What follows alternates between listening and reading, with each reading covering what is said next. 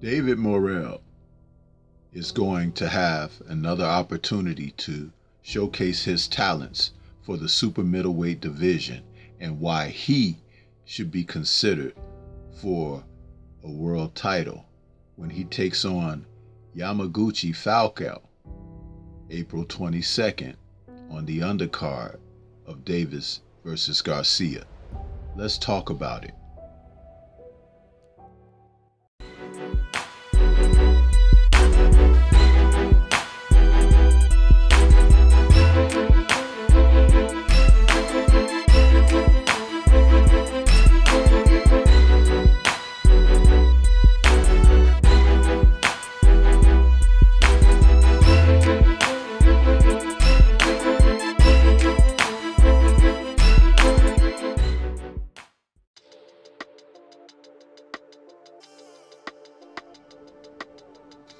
This Saturday, April 22nd, we'll see the return to the ring of David Morrell Jr. as he takes on Yamaguchi Falco. This fight is expected to go for 12 rounds in the super middleweight division under the WBA regular championship belt that Morrell currently holds. This is an opportunity for Morrell to once again display his talents in a heavy, talented division of boxing, which is super middleweight, headed up by Canelo Alvarez as the undisputed champion. What we can expect from this fight with Morrell against Falco is a young, upcoming fighter facing a veteran, crafty fighter for an opportunity at a world title shot. This will mean that Morrell, who's entering this fight, a Cuban native who is now fighting out of Minnesota, going up against a Brazilian veteran. The veteran that Falco happens to be, coming from Brazil, is a fighter who has experience and the ability to box, pick his shots, move around, survive, thrive, and show the type of boxing skills that Morrell may need to face at this time. And Morrell relishes this challenge because he has big plans after this fight. But when you look at Falco, who's going to come into this fight with a record of 24-1 with 1 draw and 10 KOs. His stats reads that he's 35 years of age. He stands 6'1" and has a 73-inch reach. A veteran fighter who knows how to go the distance, who knows how to thrive and survive in there, and overall is what I call a crafty fighter, none to say the least. He will be looking to take Morrell into deeper waters, and the fight is scheduled for 12, but it could go shorter than that due to the talents that Morrell brings to the ring. Falcao is 35, as I said.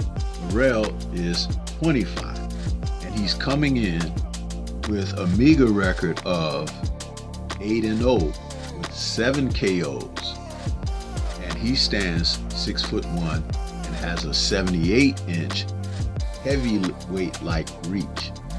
Morrell, who though he hasn't even had 10 professional fights yet, is one of those blue chippers that you look at and you are ready to move him a little bit faster than you would move other fighters based on the talents that he has and the way he has gone about dealing with opposition. He's gotten guys out of there easily, and usually by showing that there is a huge divide between his abilities and his opponents. Some of the keys for this fight for Falcao will be to be able to counterpunch David and show him different angles, not stand in front of him like the former opponent Ados did back in November, where he just got totally annihilated by Morel.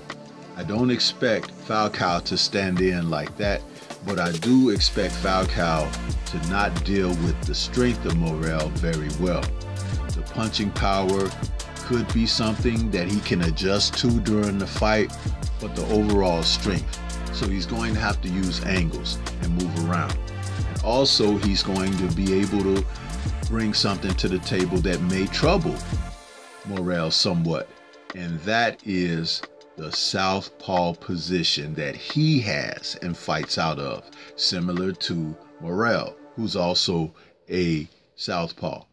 Now, typically when two southpaws are in there against one another, it becomes a bit of a chess match because they face more of the opposite type of opposition in fights than similar. So we have here an aggressive boxer puncher southpaw against a crafty boxer, more defensive southpaw. So that is going to be something that we have to watch for in this fight. Will Morel be able to use his boxing talents to break down Falcao and give him a different type of look to make him respect what he brings? And if Morel is able to be victorious in this fight, the big things that I mentioned that he had on the horizon are subjects such as David Benavidez. He is looking to fight David Benavidez next. They have already agreed to face one another. And if he can get Benavidez in the ring, who just recently had a victory over Caleb Plant, it will lessen the amount of consideration for who will be challenging for Canelo Alvarez's title next. And I expect that Canelo will vacate rather than fight either Benavidez or Morel, because the two young men who are in their mid-20s, and Canelo is already 32, 33 years old, and I've always maintained that he's got two bad wills, meaning bad knees.